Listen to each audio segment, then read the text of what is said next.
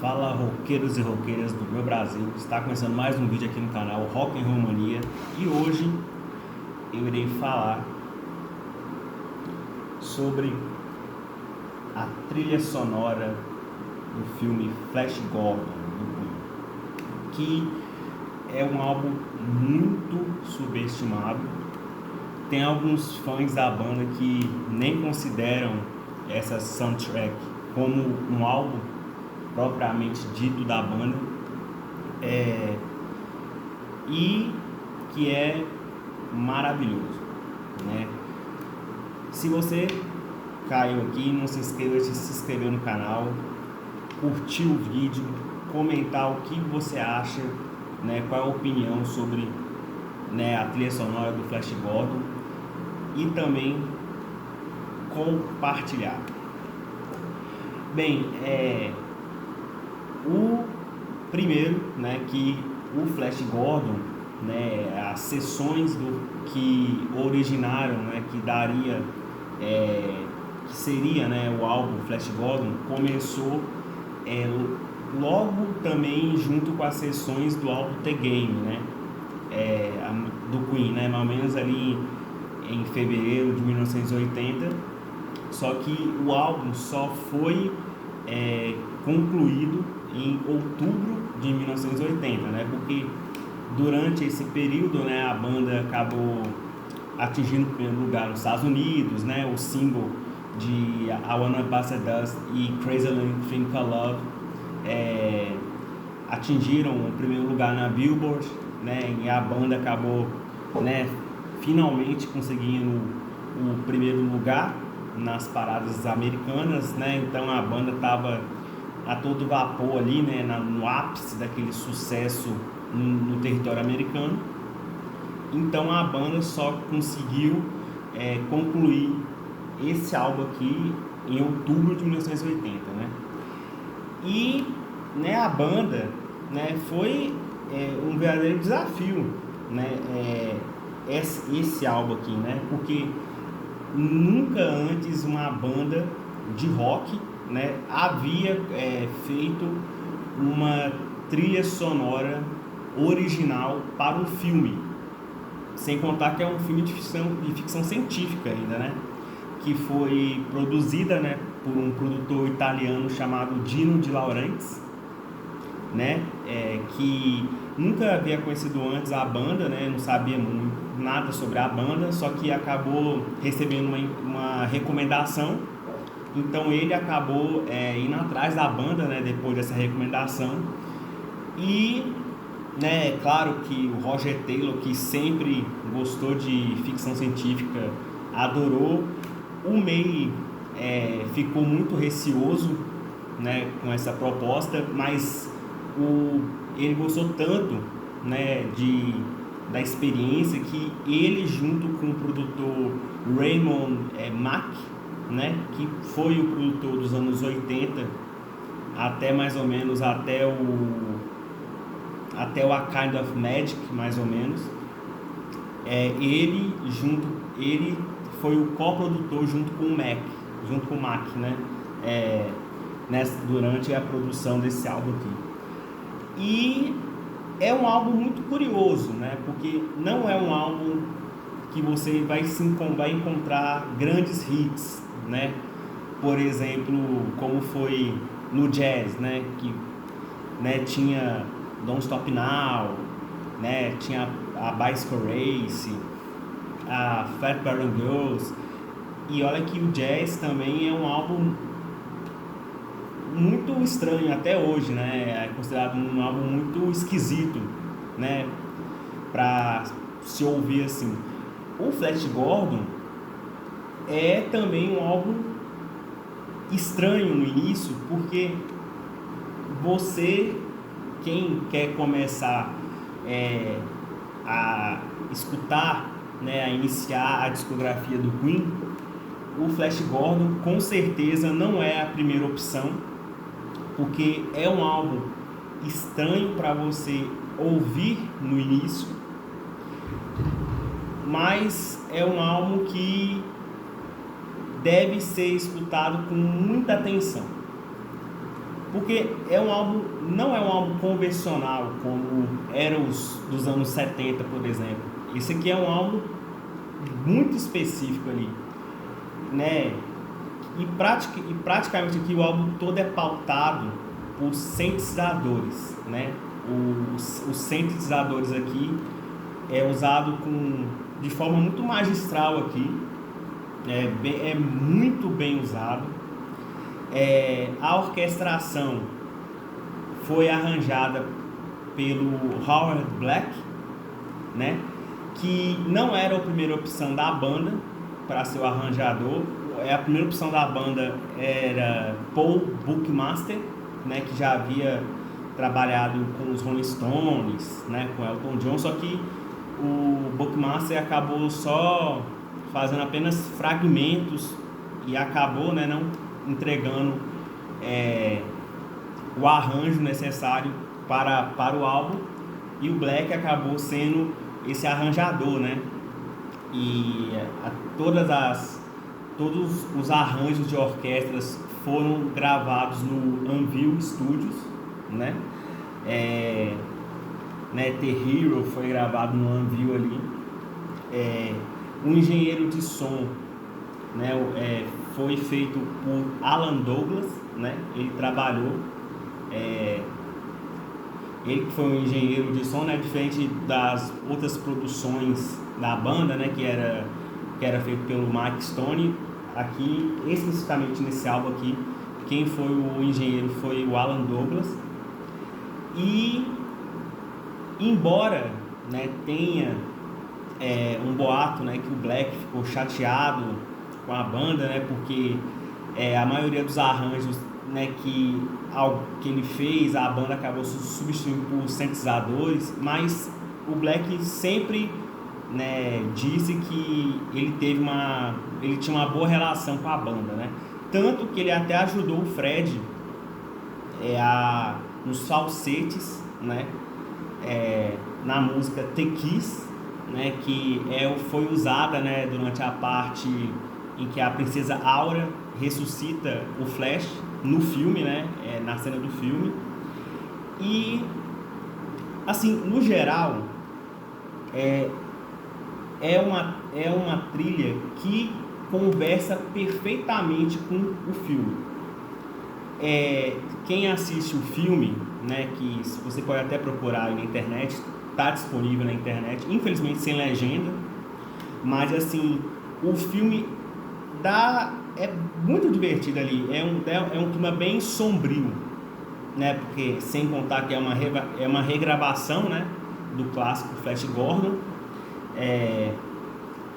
mas ali, se você assistir o filme, você percebe que a trilha sonora do Queen combina perfeitamente. A trilha sonora evidencia aquele clima sombrio, né? Sombrio e divertido do filme ao mesmo tempo. Inclusive, né, tem cenas do filme que divertidíssimas, né? Como a parte, né, que o Flash, né, até luta contra os soldados do príncipe Ming, né, com uma bola de metal, né, que é nesse momento que é utilizado, que vem a música, a Football Fight, né, que feita por sintetizadores ali, né, que nessa edição aqui, nessa belíssima edição de 40 anos da banda, né, no bônus tem as duas primeiras versões das canções The Kiss, né, e Football Fight, né, que é apenas piano, né, que a base nessas primeiras versões aqui é o piano, né, diferente da versão final do álbum, que foi tudo substituído pelos sintetizadores ali.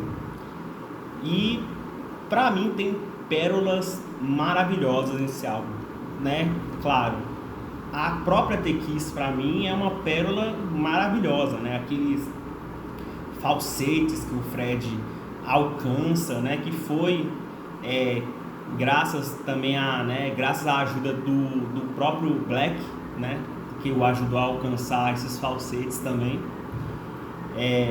junto, né, com a orquestração ali, que inclusive o líder da orquestra foi o Sidney Sax, né, que já havia trabalhado também em outros clássicos dos Beatles, né, por exemplo, All We Need Is Love e Eleanor Rigby, né, foi o Sax, foi o líder dessa orquestra, e é ele que trabalha também na orquestração do álbum Flash Gordon, né. Tem pérolas, além do The Kiss também, a própria Football Fight é uma obra-prima ali.